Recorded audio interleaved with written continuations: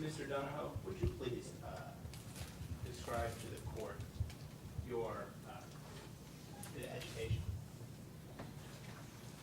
I have a master's degree in Far Eastern Area Studies. I was trained by the National Security Agency in computer programming, and the NSA sent me to the Massachusetts Institute of Technology to participate in their Advanced Engineering Studies program to study advanced computer technology. Okay. And have you worked for the NSA? Worked for the NSA 37 years.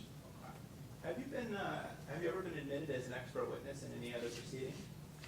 Yes, I was a witness in the Democratic Party suit against Pima County Board of Supervisors. And you're the man that court called an NSA master programmer?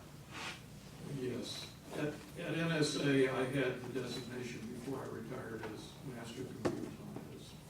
Your Honor, I'd like to move to have this witness admitted both as an expert in the field of information security and in the field of computer science in general. Okay. Now, Mr. Duniho, you understand we're here today to talk about solely request number 10? Yes. Okay. Now, Mr. Duniho, have you had a chance to review any of the items disclosed by the county since our last court session? Your Honor, the state's going to object to this line of questioning. We'll draw the relevancy between this and number 10. It's not a relevancy argument, Your Honor. As a rebuttal witness, I believe that Mr. Duniho is limited to rebutting the testimony presented by a defense. Defense didn't ask any questions regarding record request number 10 to its only witness, Ms. Meek. So I would object to any questions referring to request number 10 because they go beyond the scope of rebuttal testimony. Okay. So, Mr. Duniho, did you have the chance to review those documents? Yes. And in your opinion, as a computer expert, after reviewing those documents, would the disclosure of number 10 assist the plaintiffs in evaluating whether those requests have been fully complied with? They might. And why Yes. is that? Because it appears in the audit trail, which was number 7, it appears there might have been some missing data.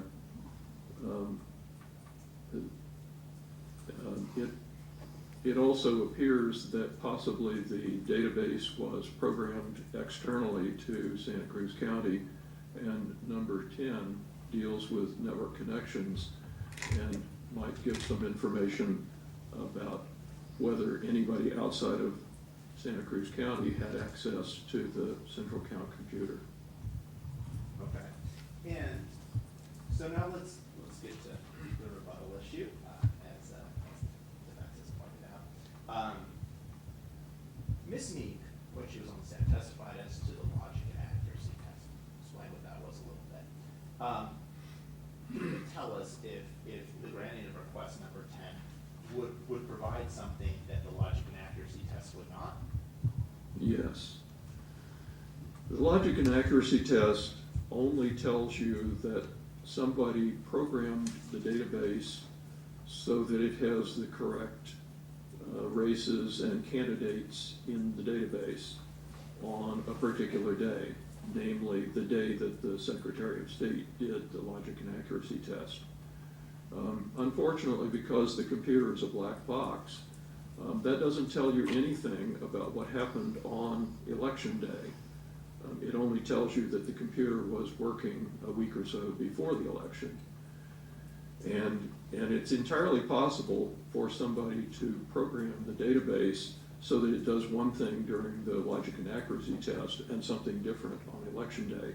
It is also possible, if you have network connections, to change what the software is doing on election day from what it did during the logic and accuracy test. Okay. Do I understand correctly then? Are you saying that number 10 allows would allow independent verification that no one is getting around the logic and accuracy process? Would that be a verification? Objection, leading, Your Honor. Okay. Well, fine. I will rephrase the question. Are you saying that number 10 would allow for some sort of independent verification? Yes, in the sense that if you could show through the response to number 10 that there was no network connection, then that would at least rule out one possible source of fraud occurring on election day or during the counting of early ballots. It wouldn't rule out all possible avenues of fraud, but it would be one avenue of fraud that you could rule out. Would a logic and accuracy test also allow this avenue to be ruled out? No, unfortunately, the logic and accuracy test is not designed to rule out fraud at all. The logic and accuracy test only tells you that the database was set up correctly. Okay. Your Honor, when